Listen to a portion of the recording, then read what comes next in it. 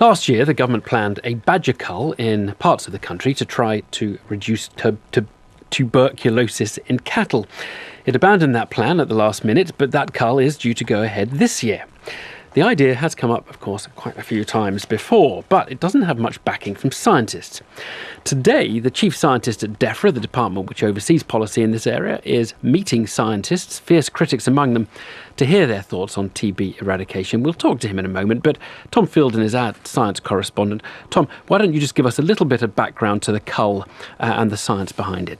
This really is a hearts and minds operation the government have got going here. Their problem is to convince people that a badger cull really is the right strategy, or at least a useful element of an overall strategy to deal with TB in cattle.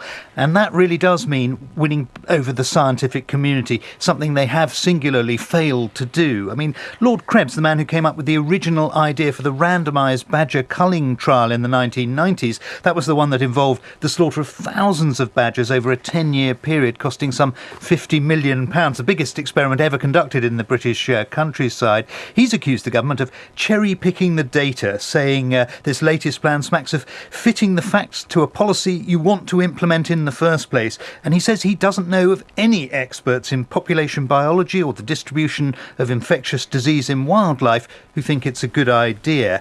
Now, many of those population biologists, those experts, are going to be at this meeting at the Royal Society today, so I think it's safe to say Ian Boyd's going to have his work cut out for him. This is just one of those sceptics, the Cambridge zoologist, Professor Sir Patrick Bateson.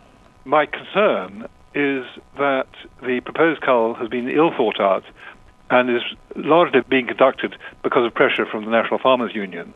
And most scientists feel that the cull will be very difficult to monitor and very difficult to evaluate. My other concern is that there's much bits of science which have not yet been studied properly and ought to be studied before any rather drastic procedures are used. For example, cats have a prevalence of bovine TB which is as high as that in badgers, and rats also carry bovine TB. So we ought to have good science on that and not just simply assume that it's all the badger's fault.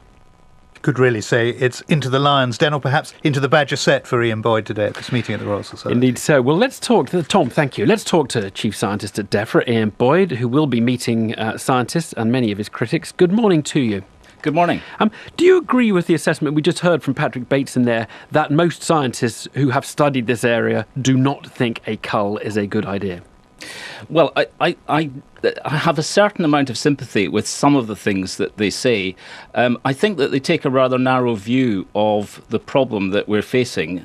Essentially, there are two issues here. One is that we really have to wake up to the fact that there's a very serious disease circulating in our countryside at an increasing rate, and it's fiendishly difficult to control. The reasonable worst case for the trajectory of the disease is not something I think any reasonable person would wish to happen. And sadly, badgers are the major wildlife vector as far as we know. A second point also is that nobody should imagine that culling badgers is the only solution. It is a part of a much wider set of solutions that we need to put in place, and some of which we're already using. To eradicate bovine tuberculosis is not going to be an easy thing to do, but we need to get started down that trajectory as soon as possible. But you would agree there's no point in taking an action that is expensive and kills lots of animals unless it is going to be effective. So it's not about disagreeing over the magnitude of the problem, it's about disagreeing over whether the proposed solution has any part to play in it. And do you agree that most scientists who've looked at it do not agree that the cull would be effective in the objective that you're setting out? Well, actually, I don't really agree with that, because we've gone through a lot of due process in consulting the scientific community, and there is a consensus that says that the effectiveness of the cull is likely to reduce bovine tuberculosis by about 16% over the next few years. Now, I think... So let me interrupt. So there's agreement on the extent to which a cull will reduce TB, but just perhaps not agreement on whether that makes it worth pursuing or not worth pursuing. Exactly. Is that the nature of the disagreement? That is the nature of the disagreement. Right. And that's where the value judgment comes in. And actually, I have to say, I think that's where science stops and politics and social science and other things start to come into play. But 16% isn't a lot, is it, in fact, for wiping out 70% of badgers?